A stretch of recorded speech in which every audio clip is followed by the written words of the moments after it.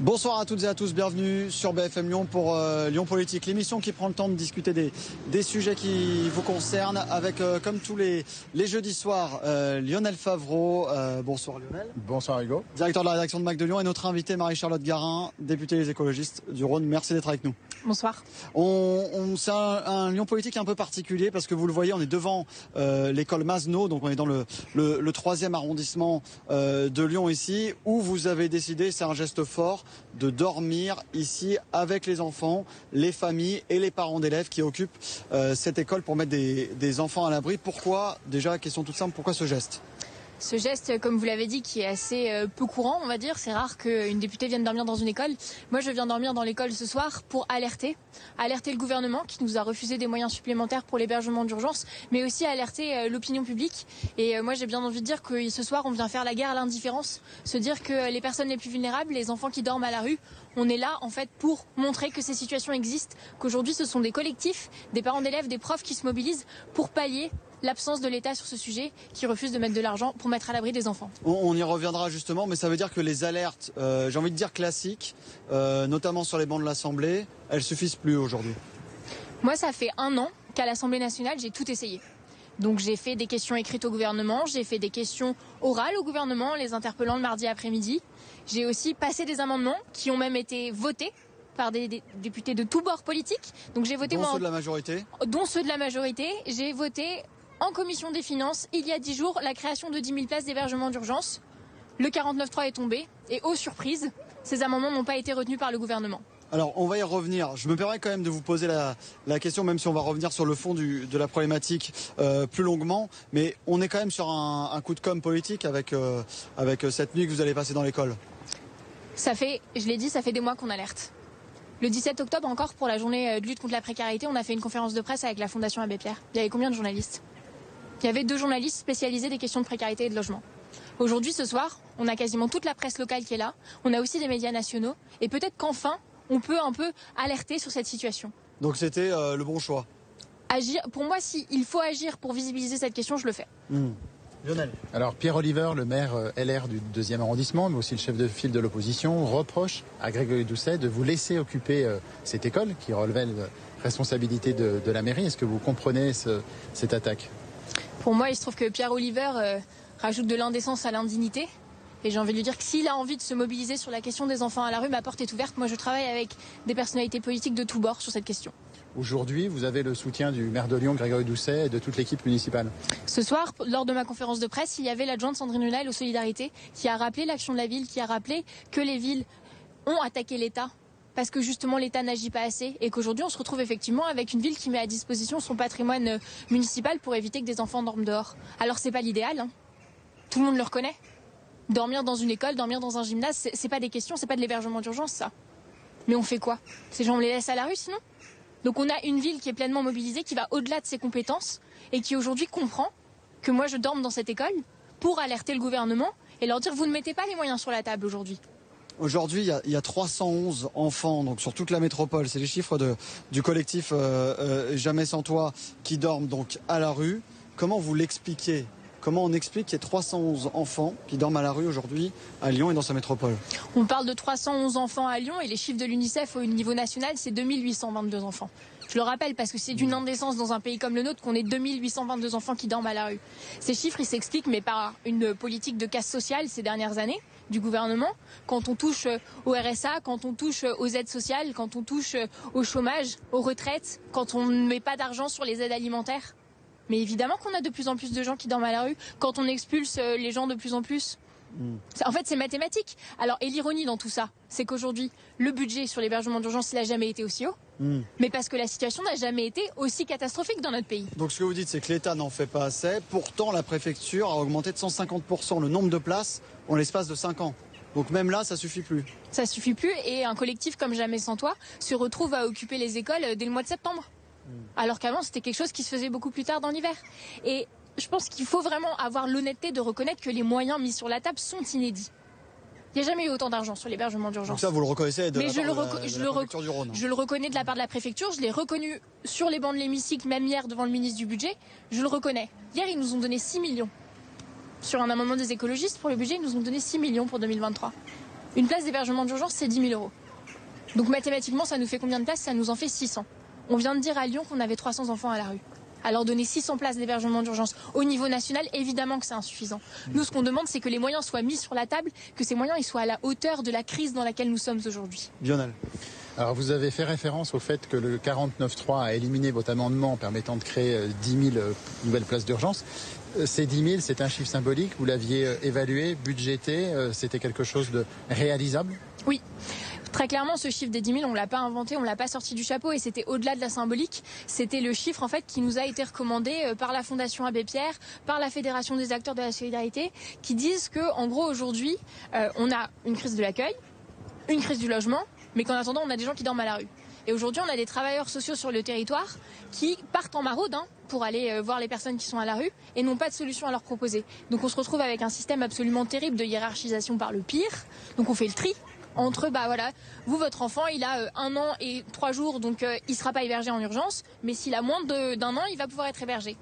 Donc tous ces chiffres, les 10 000, ce que nous disent les professionnels sur le terrain, c'est que ça permettrait d'apporter un peu d'air dans le fonctionnement actuel et mettre à l'abri au moins en priorité les publics les plus vulnérables. Donc c'est pas un chiffre sorti du chapeau, c'est vraiment un chiffre qui a été sourcé avec les personnes qui sont en première ligne.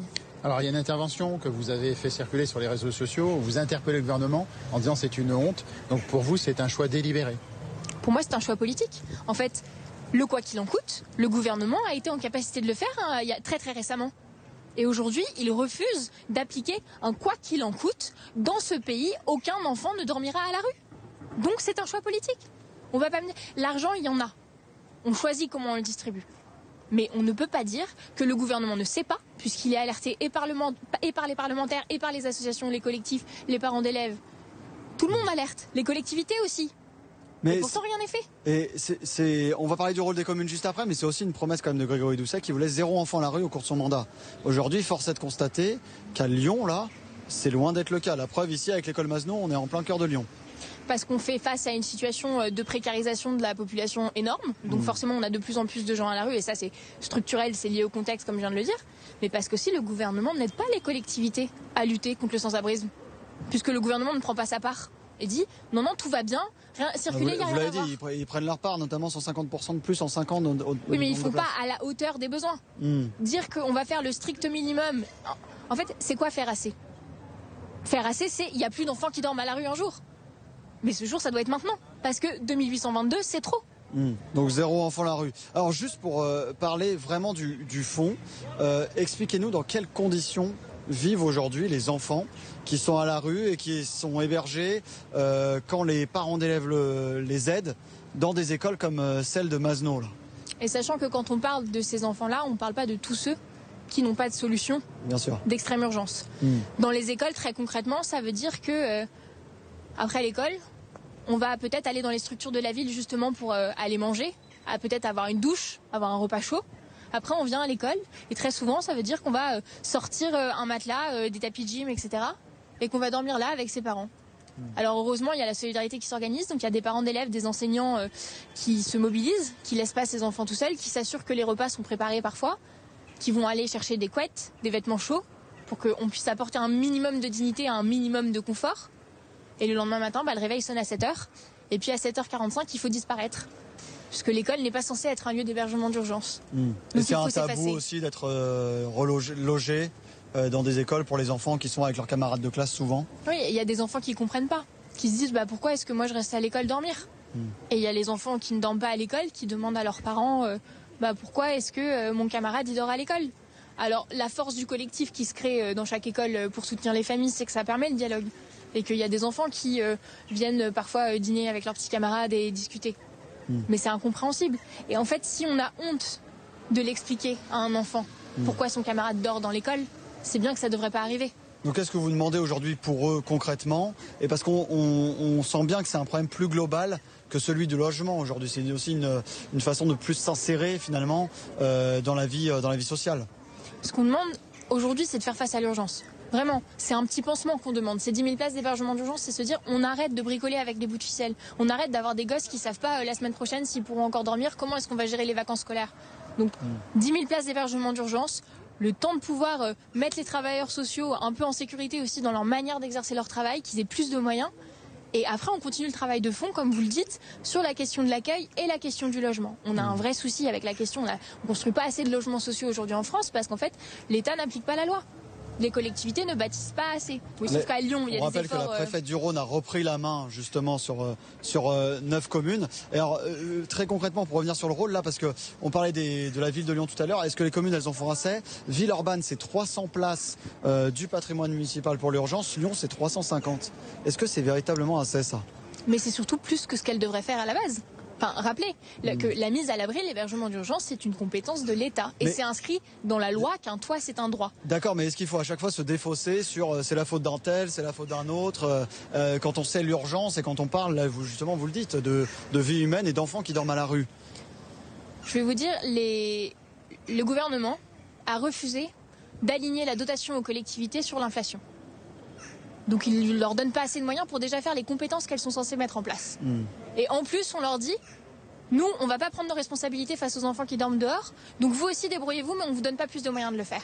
Là, on a des collectivités qui poussent les murs, qui occupent des écoles, qui aident, qui mettent des gymnases à disposition. Des gymnases qui, du coup, ne servent pas pour leur activité principale, pour les riverains à côté. Tout ça, c'est des sacrifices que les collectivités font. Elles sont au maximum, elles donnent tout ce qu'elles ont. Tout le monde travaille en bonne intelligence sur le terrain. Que ce soit les collectifs, les associations, les collectivités. Mais il faut les moyens de l'État derrière. Vous avez fait un lien direct entre ce problème et la crise du logement.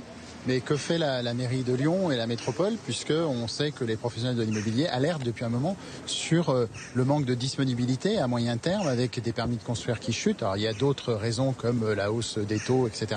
Mais pour l'hébergement d'urgence, mais aussi les logements sociaux, est-ce que la métropole et la mairie et les bailleurs sociaux en font assez sur Lyon?